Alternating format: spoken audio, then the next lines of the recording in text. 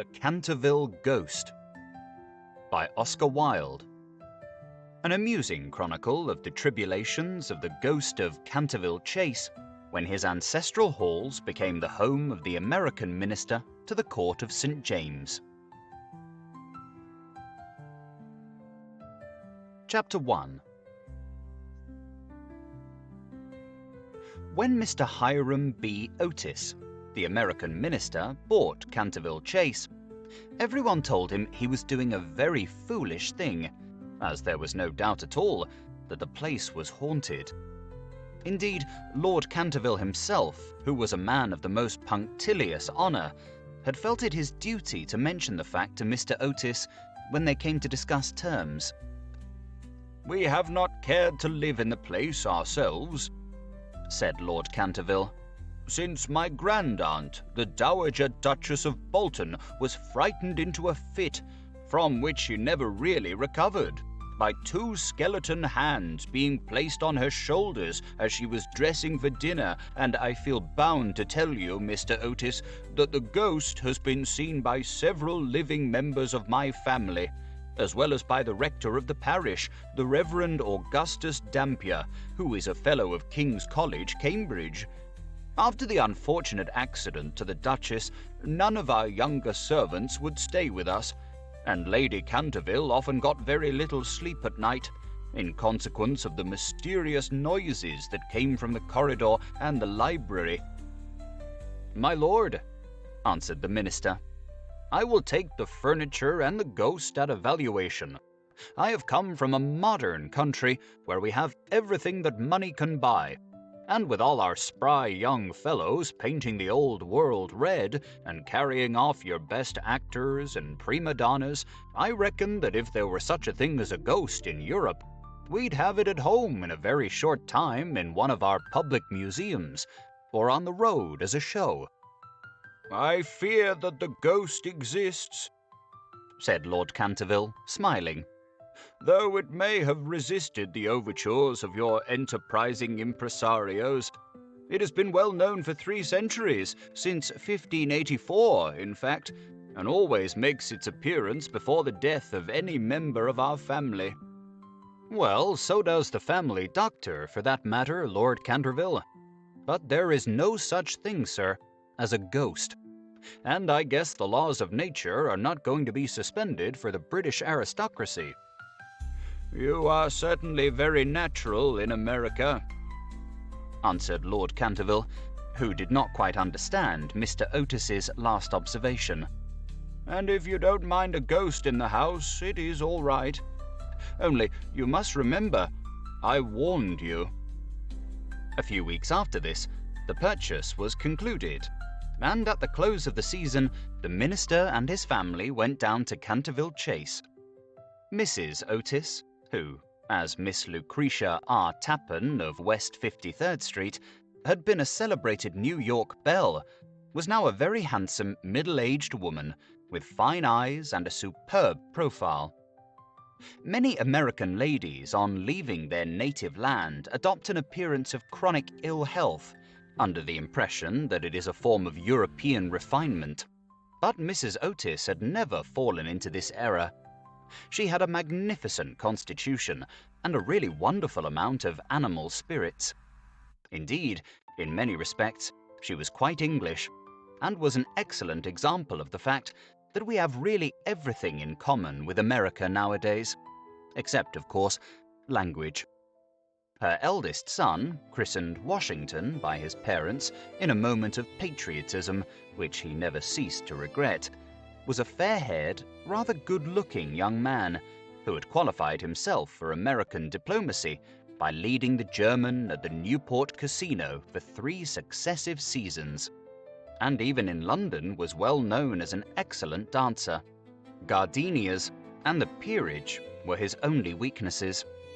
Otherwise, he was extremely sensible. Miss Virginia E. Otis was a little girl of 15, lithe and lovely as a fawn, and with a fine freedom in her large blue eyes. She was a wonderful Amazon, and had once raced old Lord Bilton on her pony twice round the park, winning by a length and a half, just in front of the Achilles statue, to the huge delight of the young Duke of Cheshire, who proposed for her on the spot, and was sent back to Eton that very night by his guardians in floods of tears. After Virginia came the twins, who were usually called the Stars and Stripes, as they were always getting swished. They were delightful boys, and with the exception of the worthy minister, the only true Republicans of the family. As Canterville Chase is 7 miles from Ascot, the nearest railway station, Mr. Otis had telegraphed for a wagonette to meet them, and they started on their drive in high spirits. It was a lovely July evening, and the air was delicate with the scent of the pine woods. Now and then they heard a wood pigeon brooding over its own sweet voice, or saw, deep in the rustling fern, the burnished breast of the pheasant. Little squirrels peered at them from the beech trees as they went by, and the rabbits scudded away through the brushwood and over the mossy knolls with their white tails in the air. As they entered the avenue of Canterville Chase, however, the sky became suddenly overcast with clouds. A curious stillness seemed to hold the atmosphere. A great flight of rooks passed silently over their heads, and before they reached the house, some big drops of rain had fallen. Standing on the steps to receive them was an old woman, neatly dressed in black silk, with a white cap and apron. This was Mrs. Umney, the housekeeper, whom Mrs. Otis, at Lady Canterville's earnest request, had consented to keep in her former position. She made them each a low curtsy as they alighted, and said in a quaint, old-fashioned manner, "I bid you welcome to Canterville Chase." Following her, they passed through the fine Tudor hall into the library, a long, low room panelled in black oak, at the end of which was a large stained-glass window. Here they found tea laid out for them, and after taking off their wraps, they sat down and began to look round, while Mrs. Umney waited on them. Suddenly, Mrs. Otis caught sight of a dull red stain on the floor just by the fireplace, and, quite unconscious of what it really signified, said to Mrs. Umney, "I'm afraid something has been spilt there." "Yes, madam," replied the old housekeeper in a low voice. "Blood has been spilt on that spot." "How horrid!" cried Mrs. Otis. "I don't care at all for bloodstains in a sitting room. It must be removed at once." The old woman smiled and answered in the same low, mysterious voice, "It is the blood of Lady Eleanor de Canterville, who was murdered on that very spot by her own husband, Sir Simon de Canterville, in 1575. Sir Simon survived her 9 years, and disappeared suddenly under very mysterious circumstances. His body has never been discovered, but his guilty spirit still haunts the chase. The bloodstain has been much admired by tourists and others, and cannot be removed." "That is all nonsense," cried Washington Otis. "Pinkerton's Champion Stain Remover and Paragon Detergent will clean it up in no time." And before the terrified housekeeper could interfere, he had fallen upon his knees and was rapidly scouring the floor with a small stick of what looked like a black cosmetic. In a few moments, no trace of the bloodstain could be seen. "I knew Pinkerton would do it," he exclaimed triumphantly as he looked round at his admiring family. But no sooner had he said these words than a terrible flash of lightning lit up the sombre room. A fearful peal of thunder made them all start to their feet, and Mrs. Umney fainted. "What a monstrous climate," said the American minister calmly, as he lit a long cheroot. "I guess the old country is so overpopulated that they have not enough decent weather for everybody. I've always been of opinion that emigration is the only thing for England." "My dear Hiram," cried Mrs. Otis, "what can we do with a woman who faints?" "Charge it to her like breakages," answered the minister. "She won't faint after that." and in a few moments Mrs. Umney certainly came to. There was no doubt, however, that she was extremely upset, and she sternly warned Mr. Otis to beware of some trouble coming to the house. "I have seen things with my own eyes, sir," she said, "that would make any Christian's hair stand on end, and many a night I have not closed my eyes in sleep for the awful things that are done here." Mr. Otis, however, and his wife warmly assured the honest soul that they were not afraid of ghosts, and after invoking the blessings of Providence on her new master and mistress, and making arrangements for an increase of salary, the old housekeeper tottered off to her own room. Chapter 2. The storm raged fiercely all that night, but nothing of particular note occurred. The next morning, however, when they came down to breakfast, they found the terrible stain of blood once again on the floor. "I don't think it can be the fault of the Paragon detergent," said Washington, "for I have tried it with everything. It must be the ghost." He accordingly rubbed out the stain a second time, but the second morning it appeared again. The third morning also it was there, though the library had been locked up at night by Mr. Otis himself, and the key carried upstairs. The whole family were now quite interested. Mr. Otis began to suspect that he had been too dogmatic in his denial of the existence of ghosts. Mrs. Otis expressed her intention of joining the Psychical Society, and Washington prepared a long letter to Messrs. Myers and Podmore on the subject of the permanence of sanguineous stains when connected with crime. That night, all doubts about the objective existence of phantasmata were removed forever. The day had been warm and sunny, and in the cool of the evening, the whole family went out to drive. They did not return home till 9 o'clock, when they had a light supper. The conversation in no way turned upon ghosts, so there were not even those primary conditions of receptive expectations which so often precede the presentation of psychical phenomena. The subjects discussed, as I have since learned from Mr. Otis, were merely such as form the ordinary conversation of cultured Americans of the better class, such as the immense superiority of Miss Fanny Devonport over Sarah Bernhardt as an actress, the difficulty of obtaining green corn, buckwheat cakes, and hominy, even in the best English houses, the importance of Boston in the development of the world soul, the advantages of the baggage check system in railway travelling, and the sweetness of the New York accent as compared to the London drawl. No mention at all was made of the supernatural, nor was Sir Simon de Canterville alluded to in any way. At 11 o'clock, the family retired, and by past, all the lights were out. Some time after, Mr. Otis was awakened by a curious noise in the corridor outside his room. It sounded like the clank of metal, and seemed to be coming nearer every moment. He got up at once, struck a match, and looked at the time. It was exactly 1 o'clock. He was quite calm, and felt his pulse, which was not at all feverish. The strange noise still continued, and with it he heard distinctly the sound of footsteps. He put on his slippers, took a small oblong file out of his dressing case, and opened the door. Right in front of him he saw, in the wan moonlight, an old man of terrible aspect. His eyes were as red burning coals. Long grey hair fell over his shoulders in matted coils.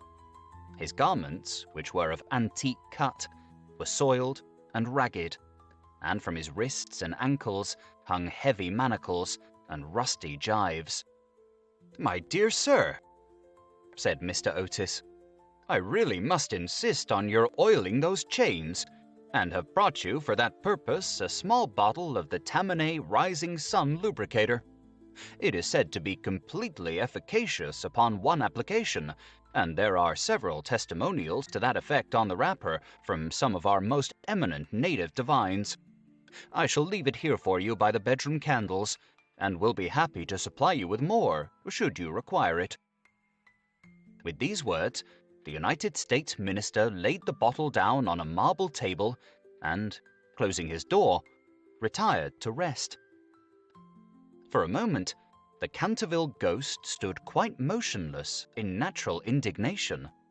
Then, dashing the bottle violently upon the polished floor, he fled down the corridor, uttering hollow groans and emitting a ghastly green light. Just, however, as he reached the top of the great oak staircase, a door was flung open. Two little white-robed figures appeared, and a large pillow whizzed past his head. There was evidently no time to be lost, so, hastily adopting the fourth dimension of space as a means of escape, he vanished through the wainscoting, and the house became quite quiet. On reaching a small, secret chamber in the left wing, he leaned up against a moonbeam to recover his breath, and began to try and realize his position. Never, in a brilliant and uninterrupted career of 300 years, had he been so grossly insulted. He thought of the Dowager Duchess, whom he had frightened into a fit as she stood before the glass in her lace and diamonds, of the 4 housemaids who had gone into hysterics when he merely grinned at them through the curtains on one of the spare bedrooms, of the rector of the parish, whose candle he had blown out as he was coming late one night from the library, and who had been under the care of Sir William Gull ever since, a perfect martyr to nervous disorders, and of old Madame de Tremouillac, who, having wakened up one morning early and seen a skeleton seated in an armchair by the fire reading her diary, had been confined to her bed for 6 weeks with an attack of brain fever, and on her recovery had become reconciled to the church and broken off her connection with that notorious skeptic, Monsieur de Voltaire. He remembered the terrible night when the wicked Lord Canterville was found choking in his dressing room, with the knave of diamonds halfway down his throat, and confessed, just before he died, that he had cheated Charles James Fox out of £50,000 at Crockford's by means of that very card, and swore that the ghost had made him swallow it. All his great achievements came back to him again, from the butler who had shot himself in the pantry because he had seen a green hand tapping at the window pane, to the beautiful Lady Stutfield, who was always obliged to wear a black velvet band round her throat to hide the mark of 5 fingers burnt upon her white skin, and who drowned herself at last in the carp pond at the end of the King's Walk. With the enthusiastic egotism of the true artist, he went over his most celebrated performances, and smiled bitterly to himself as he recalled to mind his last appearance as Red Reuben, or The Strangled Babe, his debut as Gwant Gibeon, the bloodsucker of Bexley Moor, and the furore he had excited one lovely June evening by merely playing ninepins with his own bones upon the lawn tennis ground. And after all this, some wretched modern Americans were to come and offer him the Rising Sun lubricator and throw pillows at his head. It was quite unbearable. Besides, no ghost in history had ever been treated in this manner. Accordingly, he determined to have vengeance, and remained till daylight in an attitude of deep thought. Chapter 3. The next morning, when the Otis family met at breakfast, they discussed the ghost at some length. The United States minister was naturally a little annoyed to find that his present had not been accepted.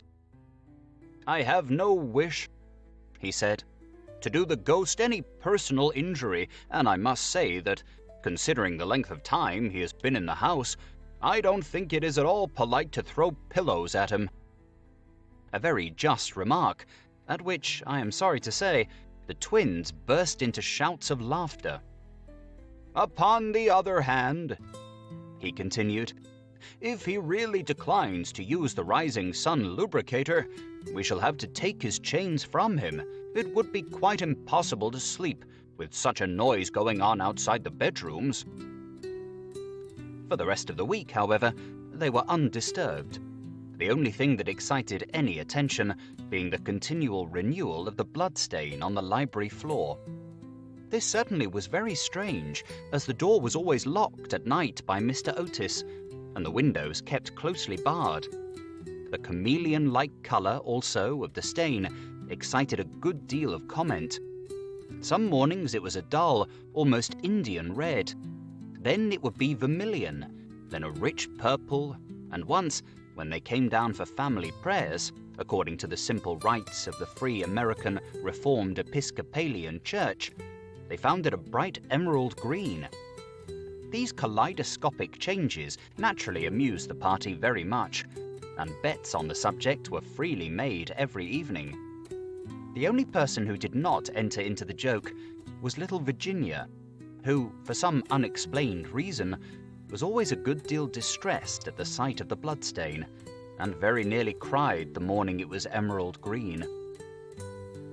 The second appearance of the ghost was on Sunday night. Shortly after they had gone to bed, they were suddenly alarmed by a fearful crash in the hall. Rushing downstairs, they found that a large suit of old armour had become detached from its stand and had fallen on the stone floor, while seated in a high-backed chair was the Canterville Ghost, rubbing his knees with an expression of acute agony on his face. The twins, having brought their pea-shooters with them, at once discharged 2 pellets on him, with that accuracy of aim which can only be attained by long and careful practice on a writing master, while the United States minister covered him with his revolver, and called upon him, in accordance with Californian etiquette, to hold up his hands. The ghost started up with a wild shriek of rage and swept through them like a mist, extinguishing Washington Otis's candle as he passed, and so leaving them all in total darkness. On reaching the top of the staircase, he recovered himself and determined to give his celebrated peal of demoniac laughter. This he had on more than one occasion found extremely useful.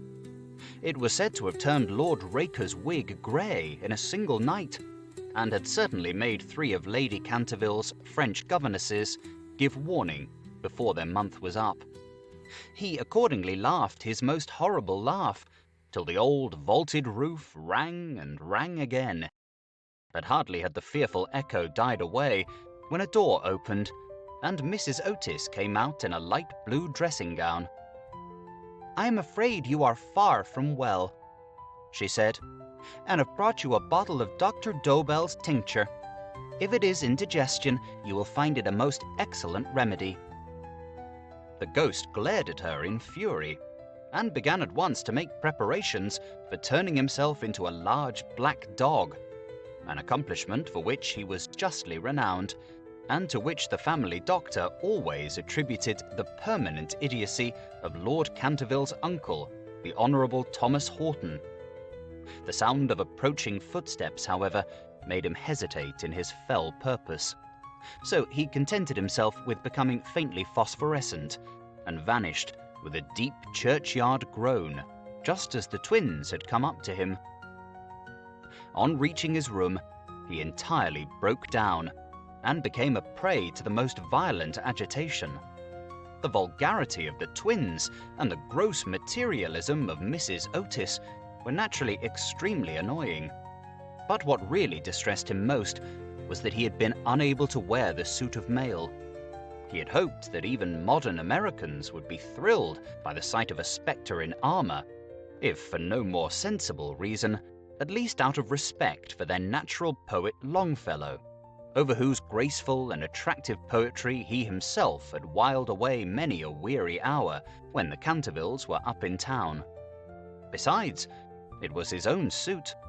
He had worn it with great success at the Kenilworth tournament, and had been highly complimented on it by no less a person than the Virgin Queen herself. Yet, when he had put it on, he had been completely overpowered by the weight of the huge breastplate and steel casque, and had fallen heavily on the stone pavement, barking both his knees severely, and bruising the knuckles of his right hand. For some days after this, he was extremely ill, and hardly stirred out of his room at all, except to keep the bloodstain in proper repair. However, by taking great care of himself, he recovered and resolved to make a third attempt to frighten the United States minister and his family.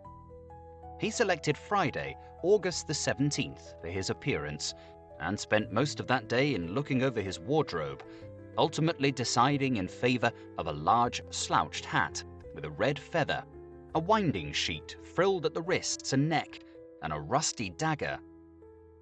Towards evening, a violent storm of rain came on, and the wind was so high that all the windows and doors in the old house shook and rattled. In fact, it was just such weather as he loved. His plan of action was this. He was to make his way quietly to Washington Otis's room, gibber at him from the foot of the bed, and stab himself 3 times in the throat to the sound of low music. He bore Washington a special grudge, being quite aware that it was he who was in the habit of removing the famous Canterville bloodstain by means of Pinkerton's Paragon detergent.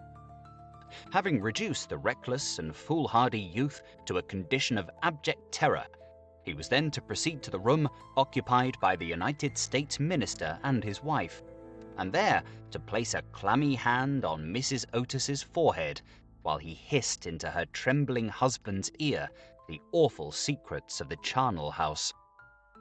With regard to little Virginia, he had not quite made up his mind.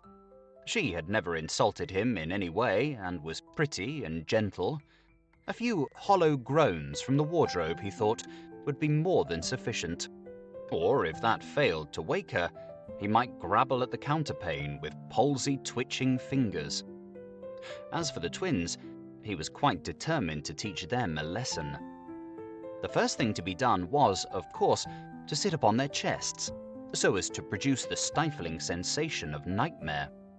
Then, as their beds were quite close to each other, to stand between them in the form of a green, icy cold corpse, till they became paralyzed with fear, and finally to throw off the winding sheet and crawl round the room with white, bleached bones and one rolling eyeball in the character of Dumb Daniel, or the suicide skeleton, a role in which he had on more than one occasion produced a great effect, and which he considered quite equal to his famous part of Martin the Maniac, or the Masked Mystery.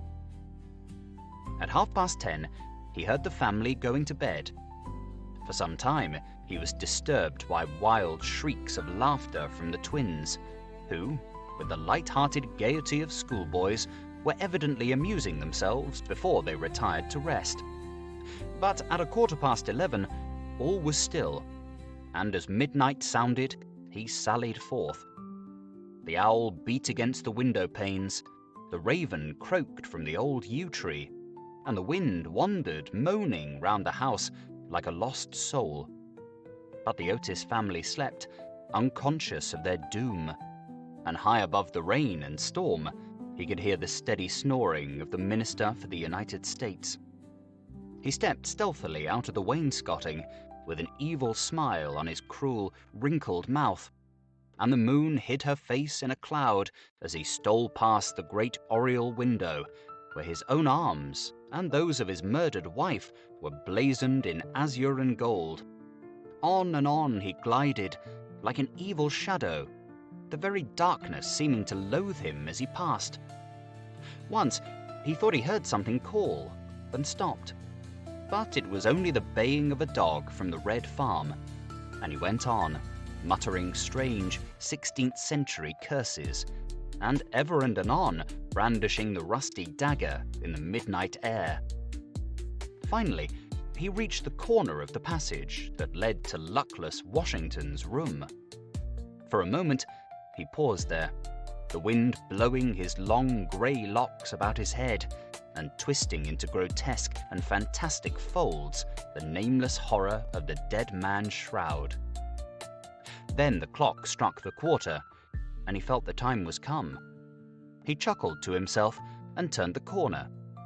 But no sooner had he done so than, with a piteous wail of terror, he fell back and hid his blanched face in his long, bony hands.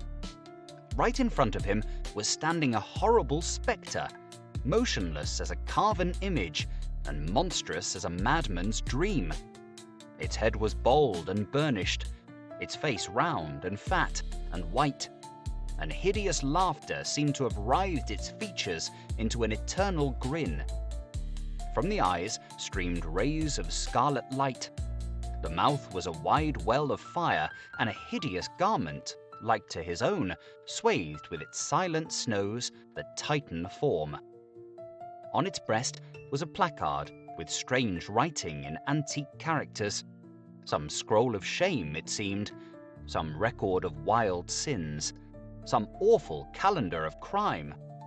And with its right hand, it bore aloft a falchion of gleaming steel. Never having seen a ghost before, he naturally was terribly frightened. And after a second hasty glance at the awful phantom, he fled back to his room, tripping up in his long winding sheet as he sped down the corridor, and finally dropping the rusty dagger into the minister's jackboots, where it was found in the morning by the butler. Once in the privacy of his own apartment, he flung himself down on a small pallet bed and hid his face under the clothes. After a time, however, the brave old Canterville spirit asserted itself, and he determined to go and speak to the other ghost as soon as it was daylight. Accordingly, just as the dawn was touching the hills with silver, he returned towards the spot where he had first laid eyes on the grisly phantom, feeling that, after all, two ghosts were better than one, and that, by the aid of his new friend, he might safely grapple with the twins. On reaching the spot, however, a terrible sight met his gaze. Something had evidently happened to the spectre, for the light had entirely faded from its hollow eyes. The gleaming falchion had fallen from its hand, and it was leaning up against the wall in a strained and uncomfortable attitude. He rushed forward and seized it in his arms, when, to his horror, the head slipped off and rolled on the floor. The body assumed a recumbent posture, and he found himself clasping a white dimity bed curtain with a sweeping brush, a kitchen cleaver, and a hollow turnip lying at his feet. Unable to understand this curious transformation, he clutched the placard with feverish haste, and there, in the grey morning light, he read these fearful words: "Ye Otis ghost, ye only true and original spook, beware of ye imitations. All others are counterfeit." The whole thing flashed across him. He had been tricked, foiled, and outwitted. The old Canterville look came into his eyes. He ground his toothless gums together, and raising his withered hands high above his head, swore, according to the picturesque phraseology of the antique school, that, when Chanticleer had sounded twice his merry horn, deeds of blood would be wrought, and murder walk abroad with silent feet. Hardly had he finished this awful thought, when, from the red-tiled roof of a distant homestead, a cock crew. He laughed, a long, low, bitter laugh, and waited. Hour after hour he waited, but the cock, for some strange reason, did not crow again. Finally, at 7:30, the arrival of the housemaids made him give up his fearful vigil, and he stalked back to his room, thinking of his vain oath and baffled purpose. There he consulted several books of ancient chivalry, of which he was exceedingly fond, and found that, on every occasion on which this oath had been used, Chanticleer had always crowed a second time. "Perdition seize the naughty fowl," he muttered. "I have seen the day when, with my stout spear, I would have run him through the gorge, and made him crow for me, and 'twere in death." He then retired to a comfortable lead coffin, and stayed there till evening. Chapter 4. The next day, The ghost was very weak and tired. The terrible excitement of the last 4 weeks was beginning to have its effect. His nerves were completely shattered, and he started at the slightest noise. For 5 days, he kept his room, and at last made up his mind to give up the point of the bloodstain on the library floor. If the Otis family did not want it, they clearly did not deserve it. They were evidently people on a low material plane of existence, and quite incapable of appreciating the symbolic value of sensuous phenomena. The question of phantasmic apparitions and the development of astral bodies was, of course, quite a different matter, and really not under his control. It was his solemn duty to appear in the corridor once a week and to gibber from the large oriel window on the first and third Wednesdays in every month, and he did not see how he could honorably escape from his obligations. It is quite true that his life had been very evil, but upon the other hand, he was most conscientious in all things connected with the supernatural. For the next 3 Saturdays, accordingly, he traversed the corridor as usual between midnight and 3 o'clock, taking every possible precaution against being either heard or seen. He removed his boots, trod as lightly as possible on the old worm-eaten boards, wore a large black velvet cloak, and was careful to use the rising sun lubricator for oiling his chains. I am bound to acknowledge that it was with a good deal of difficulty that he brought himself to adopt this last mode of protection. However, one night, while the family were at dinner, he slipped into Mr. Otis's bedroom and carried off the bottle. He felt a little humiliated at first, but afterwards was sensible enough to see that there was a great deal to be said for the invention, and to a certain degree, it served his purpose. Still, in spite of everything, he was not left unmolested. Strings were continually being stretched across the corridor, over which he tripped in the dark. And on one occasion, while dressed for the part of Black Isaac or the huntsman of Hogley Woods, he met with a severe fall through treading on a butter slide, which the twins had constructed from the entrance of the tapestry chamber to the top of the oak staircase. This last insult so enraged him that he resolved to make one final effort to assert his dignity and social position, and determined to visit the insolent young Etonians the next night in his celebrated character of Reckless Rupert or the Headless Earl. He had not appeared in this disguise for more than 70 years. In fact, not since he had so frightened pretty Lady Barbara Modish by means of it, that she suddenly broke off her engagement with the present Lord Canterville's grandfather, and ran away to Gretna Green with handsome Jack Castletown, declaring that nothing in the world would induce her to marry into a family that allowed such a horrible phantom to walk up and down the terrace at twilight. Poor Jack was afterward shot in a duel by Lord Canterville on Wandsworth Common, and Lady Barbara died of a broken heart at Tunbridge Wells before the year was out.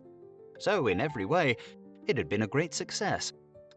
It was, however, an extremely difficult make-up, if I may use such a theatrical expression, in connection with one of the greatest mysteries of the supernatural, or, to employ a more scientific term, the higher natural world. And it took him fully 3 hours to make his preparations. At last, everything was ready, and he was very pleased with his appearance.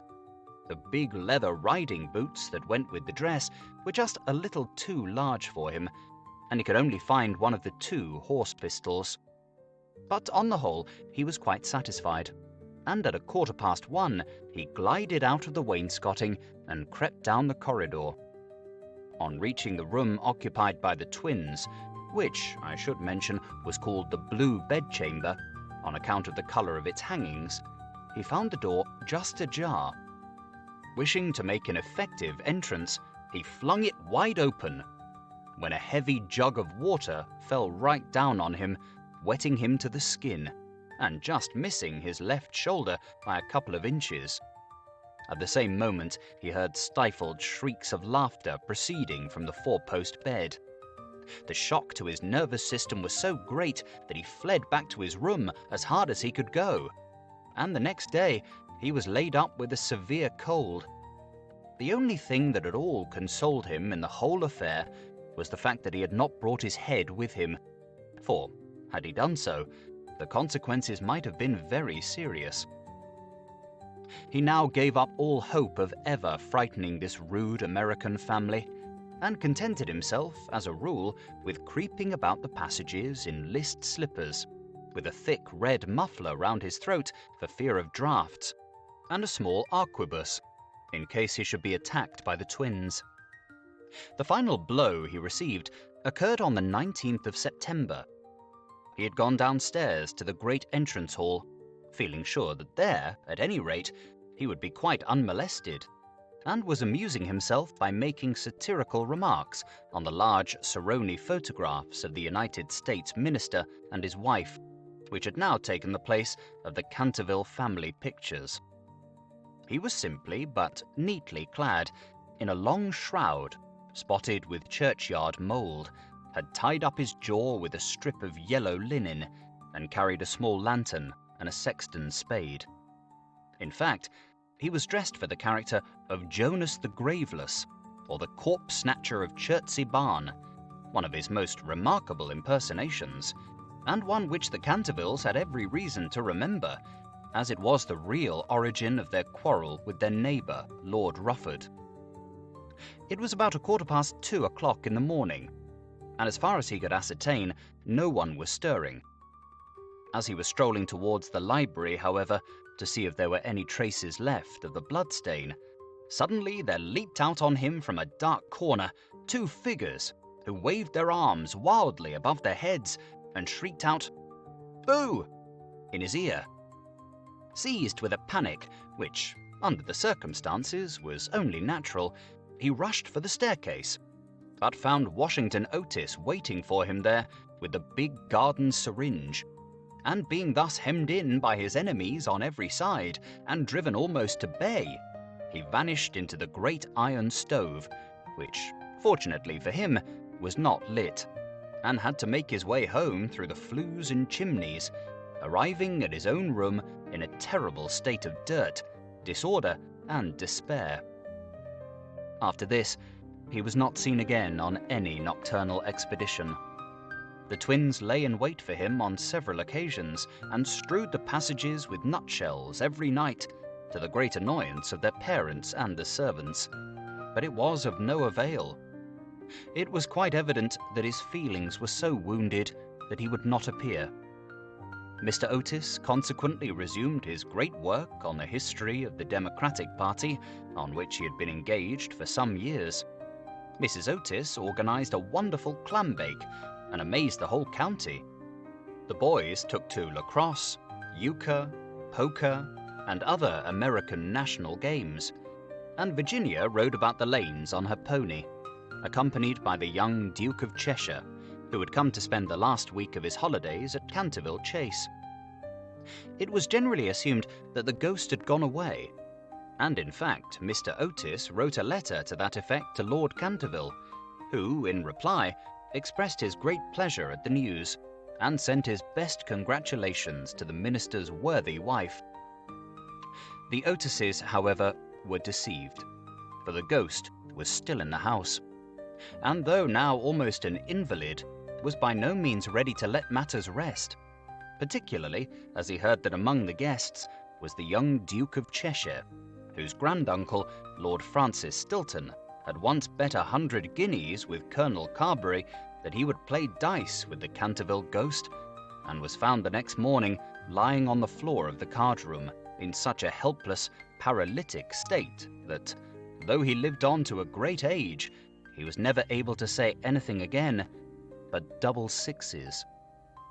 The story was well known at the time, though, of course, out of respect to the feelings of the two noble families, every attempt was made to hush it up, and a full account of all the circumstances connected with it will be found in the 3rd volume of Lord Tattle's Recollections of the Prince Regent and his Friends.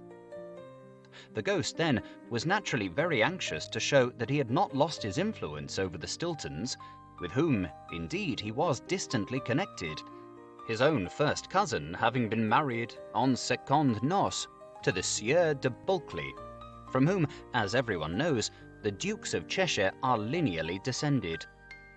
Accordingly, he made arrangements for appearing to Virginia's little lover in his celebrated impersonation of the vampire monk or the bloodless Benedictine, a performance so horrible that when old Lady Startup saw it, which she did on one fatal New Year's Eve in the year 1764, she went off into the most piercing shrieks, which culminated in violent apoplexy, and died in 3 days, after disinheriting the Cantervilles, who were her nearest relations, and leaving all her money to her London apothecary.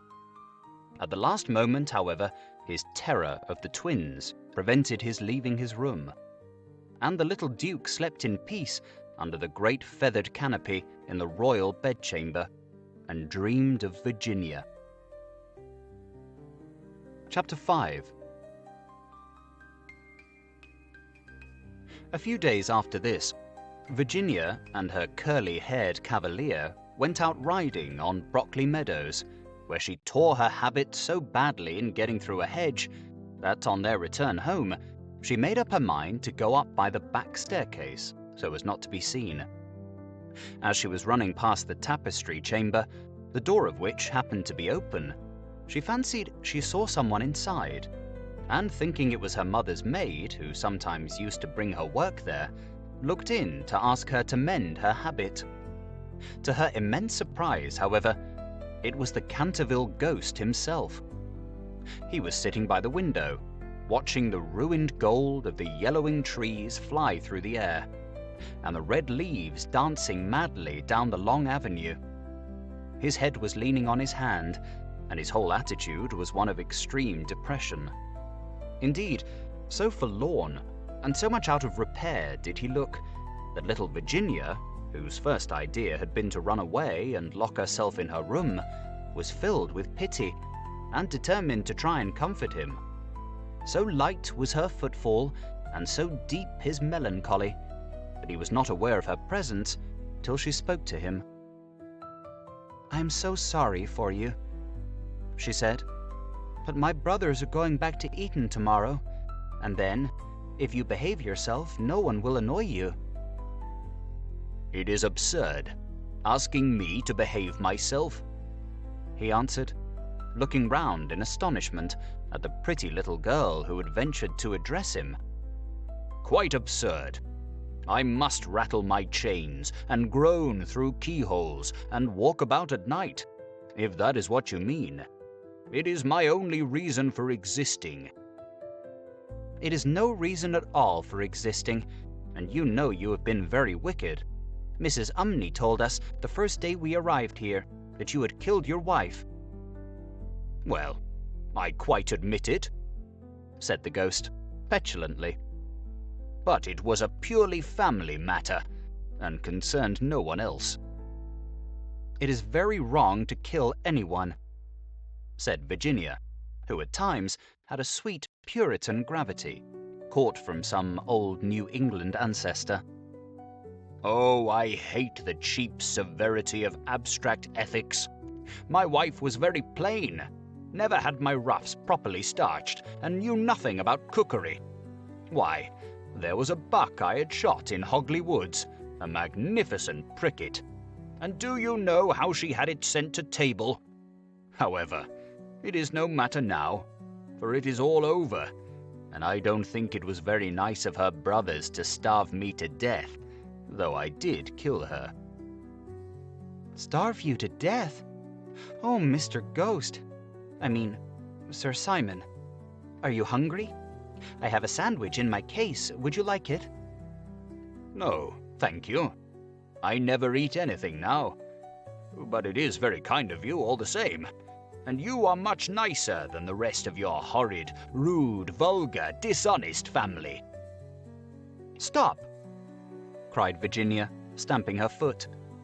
"It is you who are rude and horrid and vulgar.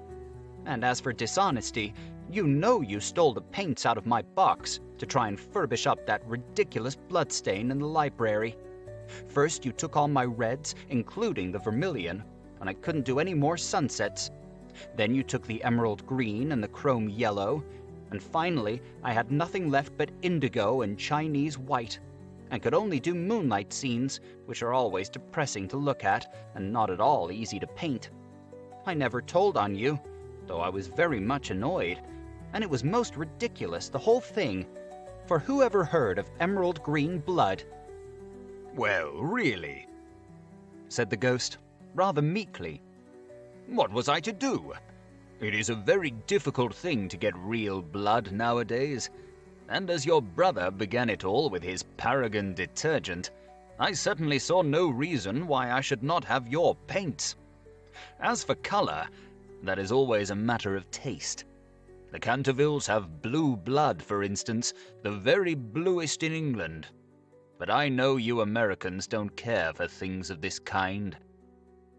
You know nothing about it, and the best thing you can do is to emigrate and improve your mind. My father will be only too happy to give you a free passage, and though there is a heavy duty on spirits of every kind, there will be no difficulty about the custom house, as the officers are all Democrats. Once in New York, you are sure to be a great success. I know lots of people there who would give $100,000 to have a grandfather, and much more than that to have a family ghost. I don't think I should like America. I suppose because we have no ruins and no curiosities, said Virginia satirically. No ruins? No curiosities? Answered the ghost. You have your navy and your manners. Good evening. I will go and ask Papa to get the twins an extra week's holiday. Please don't go, Miss Virginia, he cried. I am so lonely and so unhappy, and I really don't know what to do. I want to go to sleep, and I cannot. That's quite absurd. You have merely to go to bed and blow out the candle. It is very difficult sometimes to keep awake, especially at church, but there is no difficulty at all about sleeping. Why, even babies know how to do that, and they are not very clever. I have not slept for 300 years, he said sadly, and Virginia's beautiful blue eyes opened in wonder. For 300 years I have not slept, and I am so tired. Virginia grew quite grave, and her little lips trembled like rose leaves. She came towards him, and kneeling down at his side, looked up into his old, withered face. Poor, poor ghost, she murmured. Have you no place where you can sleep? Far away, beyond the pine woods, he answered, in a low, dreamy voice. There is a little garden. There, the grass grows long and deep. There are the great white stars of the hemlock flower. There the nightingale sings all night long. All night long he sings, and the cold crystal moon looks down, and the yew tree spreads out its giant arms over the sleepers. Virginia's eyes grew dim with tears, and she hid her face in her hands. You mean the Garden of Death? She whispered. Yes, death. Death must be so beautiful, to lie in the soft brown earth with the grasses waving above one's head and listen to silence, to have no yesterday and no tomorrow, to forget time, to forget life, to be at peace. You can help me.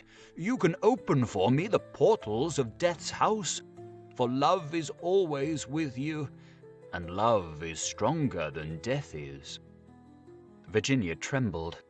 A cold shudder ran through her, and for a few moments there was silence. She felt as if she was in a terrible dream. Then the ghost spoke again, and his voice sounded like the sighing of the wind. Have you ever read the old prophecy on the library window? Oh, often, cried the little girl, looking up. I know it quite well. It is painted in curious black letters and is difficult to read. There are only 6 lines. When a golden girl can win prayer from out the lips of sin, when the barren almond bears, and a little child gives away its tears, then shall all the house be still, and peace come to Canterville. But I don't know what they mean. They mean, he said sadly, that you must weep with me for my sins, because I have no tears, and pray with me for my soul, because I have no faith. And then, if you have always been sweet and good and gentle, the angel of death will have mercy on me. You will see fearful shapes in darkness, and wicked voices will whisper in your ear. But they will not harm you, for against the purity of a little child the powers of hell cannot prevail. Virginia made no answer, and the ghost wrung his hands in wild despair as he looked down at her bowed, golden head. Suddenly she stood up, very pale, and with a strange light in her eyes. "I am not afraid," she said firmly, "and I will ask the angel to have mercy on you." He rose from his seat with a faint cry of joy, and taking her hand, bent over it with old-fashioned grace and kissed it. His fingers were as cold as ice, and his lips burned like fire, but Virginia did not falter as he led her across the dusky room. On the faded green tapestry were broidered little huntsmen. They blew their tasseled horns and with their tiny hands waved to her to go back. "Go back, little Virginia," they cried. "Go back." But the ghost clutched her hand more tightly, and she shut her eyes against them. Horrible animals with lizard tails and goggle eyes blinked at her from the carven chimney-piece and murmured, "Beware, little Virginia, beware! We may never see you again." But the ghost glided on more swiftly, and Virginia did not listen. When they reached the end of the room, he stopped and muttered some words she could not understand. She opened her eyes and saw the wall slowly fading away like a mist, and a great black cavern in front of her. A bitter cold wind swept round them, and she felt something pulling at her dress. "Quick! Quick!" cried the ghost, "or it will be too late." And in a moment the wainscoting had closed behind them, and the tapestry chamber was empty. Chapter 6. About 10 minutes later, the bell rang for tea, and as Virginia did not come down, Mrs. Otis sent up one of the footmen to tell her. After a little time, he returned and said that he could not find Miss Virginia anywhere. As she was in the habit of going out to the garden every evening to get flowers for the dinner table, Mrs. Otis was not at all alarmed at first. But when 6 o'clock struck and Virginia did not appear, she became really agitated and sent the boys out to look for her, while she herself and Mr. Otis searched every room in the house. At 6:30, the boys came back and said that they could find no trace of their sister anywhere. They were all now in the greatest state of excitement and did not know what to do, when Mr. Otis suddenly remembered that, some few days before, he had given a band of gypsies permission to camp in the park. He accordingly at once set off for Blackfell Hollow, where he knew they were, accompanied by his eldest son and 2 of the farm servants. The little Duke of Cheshire, who was practically frantic with anxiety, begged hard to be allowed to go too, but Mr. Otis would not allow him, as he was afraid there might be a scuffle. On arriving at the spot, however, he found that the gypsies had gone, and it was evident that their departure had been rather sudden, as the fire was still burning, and some plates were lying on the grass. Having sent off Washington and the 2 men to scour the district, he ran home and dispatched telegrams to all the police inspectors in the county, telling them to look out for a little girl who had been kidnapped by tramps or gypsies. He then ordered his horse to be brought round, and after insisting on his wife and the 3 boys sitting down to dinner, rode off down the Ascot Road with the groom. He had hardly, however, gone a couple of miles when he heard somebody galloping after him, and looking round, saw the little Duke coming up on his pony, with his face very flushed and no hat. "I'm awfully sorry, Mr. Otis," gasped out the boy, "but I can't eat dinner as long as Virginia is lost. Please don't be angry with me. If you had let us be engaged last year, there would never have been all this trouble. You won't send me back, will you? I can't go. I won't go." The minister could not help smiling at the handsome young scapegrace, and was a good deal touched at his devotion to Virginia. So, leaning down from his horse, he patted him kindly on the shoulders and said, "Well, Cecil, if you won't go back, I suppose you must come with me. But I must get you a hat at Ascot." "Oh, bother my hat! I want Virginia!" cried the little Duke, laughing, and they galloped on to the railway station. There, Mr. Otis inquired of the station master if anyone answering to the description of Virginia had been seen on the platform, but could get no news of her. The station master, however, wired up and down the line, and assured him that a strict watch would be kept for her, and after having bought a hat for the little Duke from a linen draper who was just putting up his shutters, Mr. Otis rode off to Bexley, a village about 4 miles away, which he was told was a well-known haunt of the gypsies, as there was a large common next to it. Here they roused up the rural policeman, but could get no information from him, and after riding all over the common, they turned their horses' heads homewards, and reached the chase about 11 o'clock, dead tired and almost heartbroken. They found Washington and the twins waiting for them at the gatehouse with lanterns, as the avenue was very dark. Not the slightest trace of Virginia had been discovered. The gypsies had been caught on Brockley Meadows, but she was not with them, and they had explained their sudden departure by saying that they had mistaken the date of Chawton Fair and had gone off in a hurry for fear they should be late. Indeed, they had been quite distressed at hearing of Virginia's disappearance, as they were very grateful to Mr. Otis for having allowed them to camp in his park, and 4 of their number had stayed behind to help in the search. The carp pond had been dragged, and the whole chase thoroughly gone over, but without any result. It was evident that, for that night at any rate, Virginia was lost to them, and it was in a state of the deepest depression that Mr. Otis and the boys walked up to the house, the groom following behind with the 2 horses and the pony. In the hall, they found a group of frightened servants, and lying on a sofa in the library was poor Mrs. Otis, almost out of her mind with terror and anxiety, and having her forehead bathed with eau de cologne by the old housekeeper. Mr. Otis at once insisted on her having something to eat, and ordered up supper for the whole party. It was a melancholy meal, as hardly anyone spoke, and even the twins were awestruck and subdued, as they were very fond of their sister. When they had finished, Mr. Otis, in spite of the entreaties of the little Duke, ordered them all to bed, saying that nothing more could be done that night, and that he would telegraph in the morning to Scotland Yard for some detectives to be sent down immediately. Just as they were passing out of the dining room, midnight began to boom from the clock tower, and when the last stroke sounded, they heard a crash and a sudden shrill cry. A dreadful peal of thunder shook the house. A strain of unearthly music floated through the air.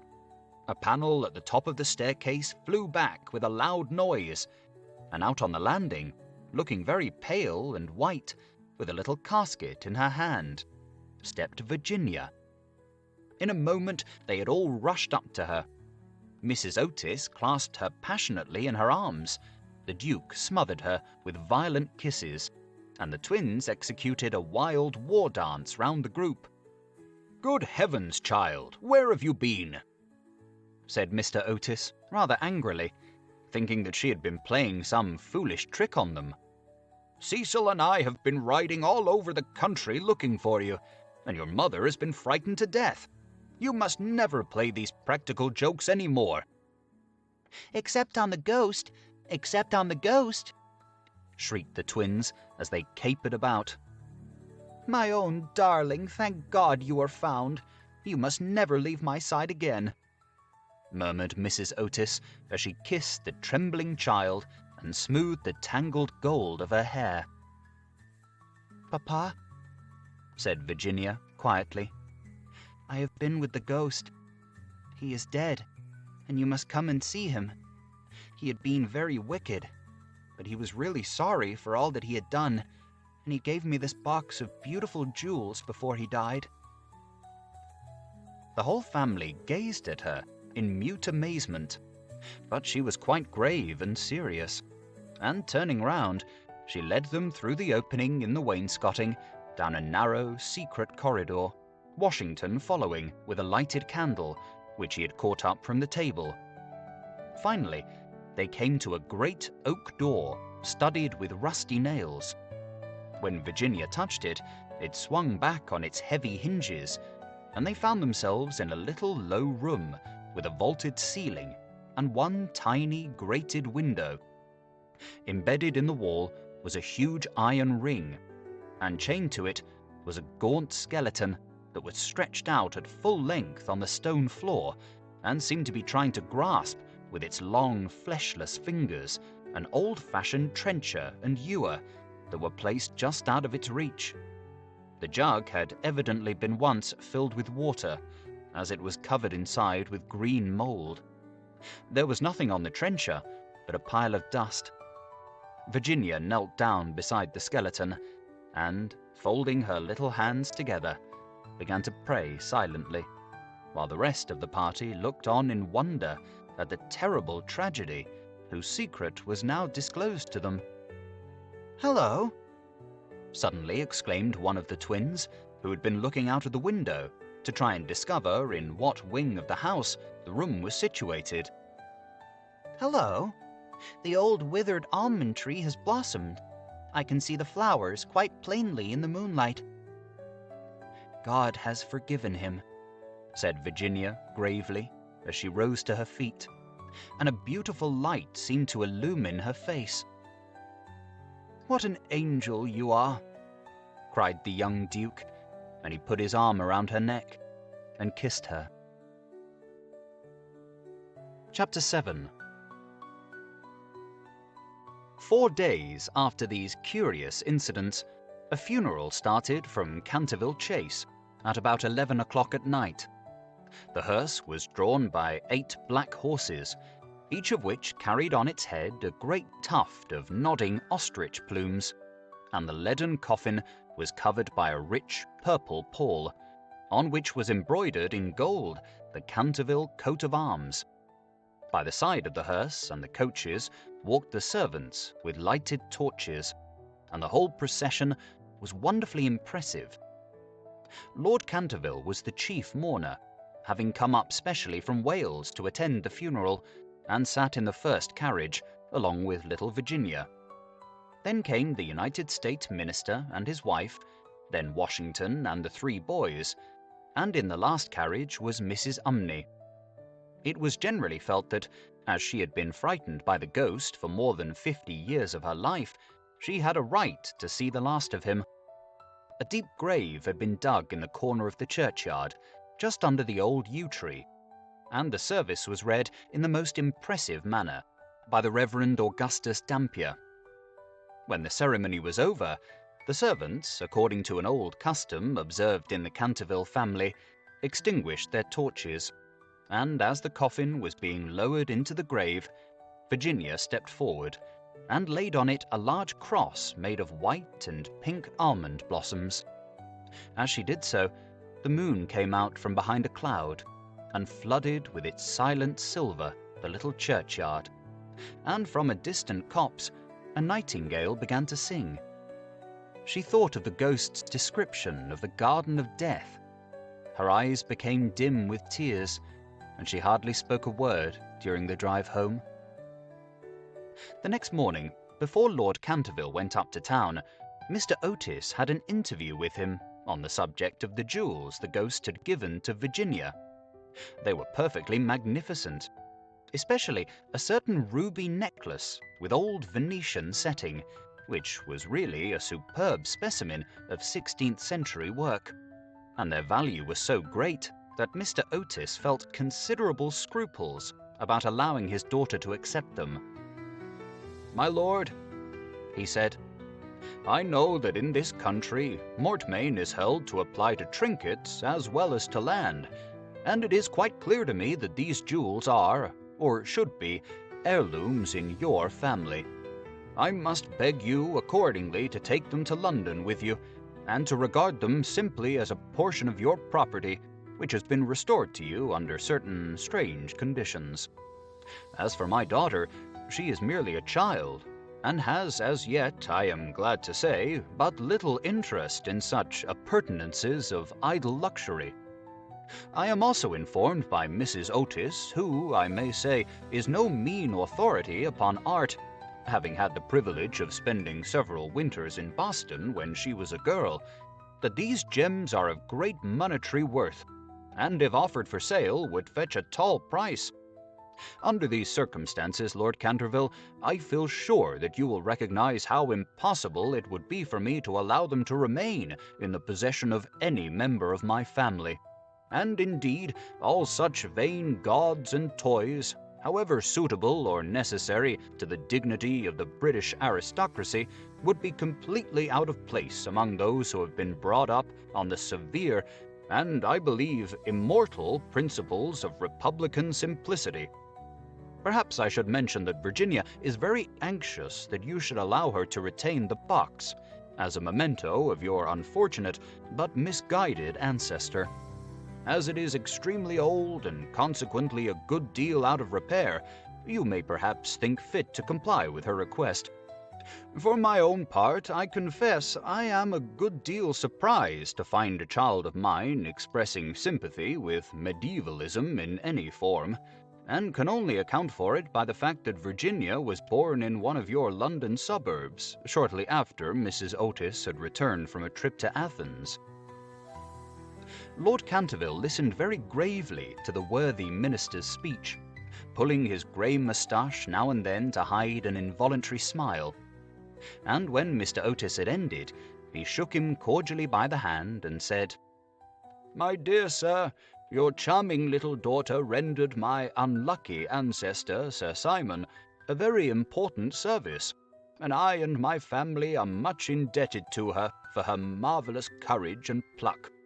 The jewels are clearly hers, and, egad, I believe that if I were heartless enough to take them from her, the wicked old fellow would be out of his grave in a fortnight, leading me the devil of a life. As for their being heirlooms, nothing is an heirloom that is not so mentioned in a will or legal document, and the existence of these jewels has been quite unknown. I assure you I have no more claim on them than your butler. And when Miss Virginia grows up, I dare say she will be pleased to have pretty things to wear. Besides, you forget, Mr. Otis, that you took the furniture and the ghost at a valuation, and anything that belonged to the ghost passed at once into your possession, as, whatever activity Sir Simon may have shown in the corridor at night, in point of law, he was really dead, and you acquired his property by purchase." Mr. Otis was a good deal distressed at Lord Canterville's refusal, and begged him to reconsider his decision, but the good-natured peer was quite firm, and finally induced the minister to allow his daughter to retain the present the ghost had given her.